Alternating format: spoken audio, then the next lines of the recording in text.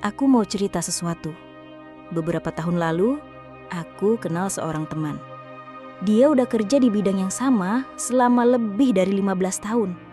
Setiap hari, dia lakukan hal yang sama. Rutin, konsisten.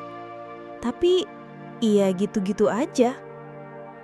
Sampai suatu hari dia bilang, aku gak ngerti deh kenapa skillku gak berkembang. Padahal aku udah lama banget di sini. Dan jujur, aku dulu mikir yang sama.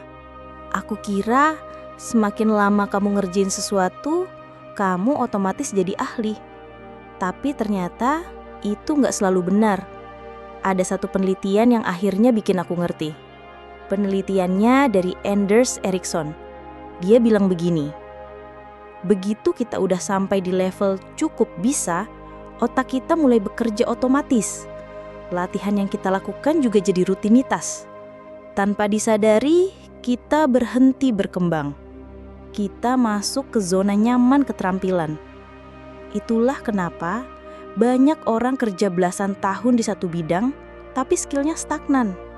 Nggak nambah, nggak meningkat. Bukan karena mereka malas, tapi karena mereka salah cara berlatih. Dan ini juga berlaku buat kamu. Kalau kamu pernah ngerasa stuck, bukan berarti kamu gak punya bakat. Masalahnya, mungkin kamu masih latihan dengan cara lama. Cara yang disebut naif practice.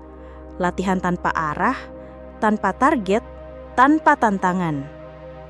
Padahal yang kamu butuh adalah deliberate practice.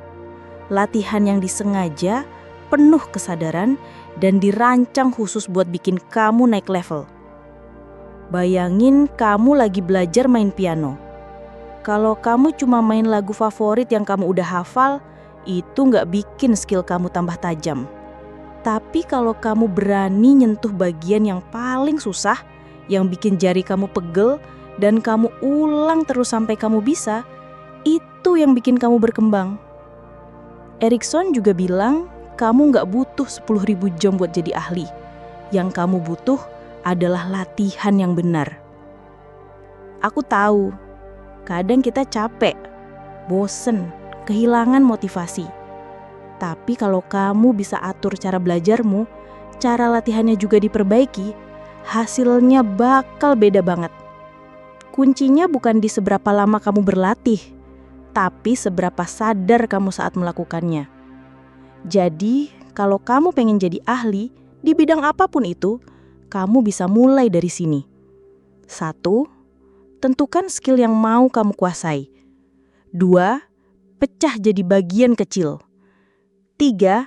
Latih dengan fokus. 4. Minta feedback.